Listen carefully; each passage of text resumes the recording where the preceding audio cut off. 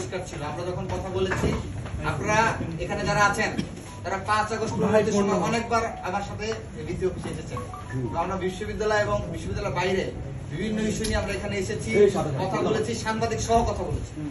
আমরা জানি না যে হঠাৎ করে কি এমন নিয়ম হয়ে গেল যে আমাদের যে পাবলিক ডিলিংস গুলো, আমরা তো কোনো ইন্টারনাল কমিটি যখন মিটিং হয় সেখানে তো আমরা কোনোদিন আপনাদেরকে কল করি না। এদের যেটা পাবলিক ডিলিংস, আমরা সেজন্য আমরা মনে করেছিলাম যে সাংবাদিক থাকা উচিত এবং সাংবাদিক বন্ধুদের মাধ্যমে দেশবাসী জানার রাইটস আছে। যে এটা আমরা বুঝতে পারছি নতুন নিয়ম চালু করা হচ্ছে কিনা। তারপর আমরা যেহেতু তারা বারবার করে আমাদেরকে জোর করছেন, আমরা তাদেরকে আপাতত অসহযোগিতা হোক বা যেটাই হোক, আমরা তাদেরকে, তারা অসহযোগিতা করলো, তারা আপনারা জানেন যে আমাকে যখন মারা হচ্ছিল আর একটু হলে আমাকে মেরেই ফেলতো। এরকম পরিস্থিতিতে আমাদের ডাকসুর সম্পাদকরা ডক্টর সার্টিফিকেট দিয়েছেন, কোনো রেসপন্স পাওয়া যায়নি। তো যাই হোক, এগুলো অনেক প্রশ্ন জায়গা আছে।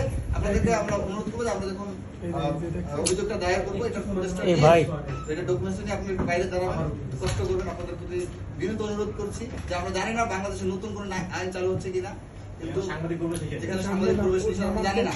আপনারা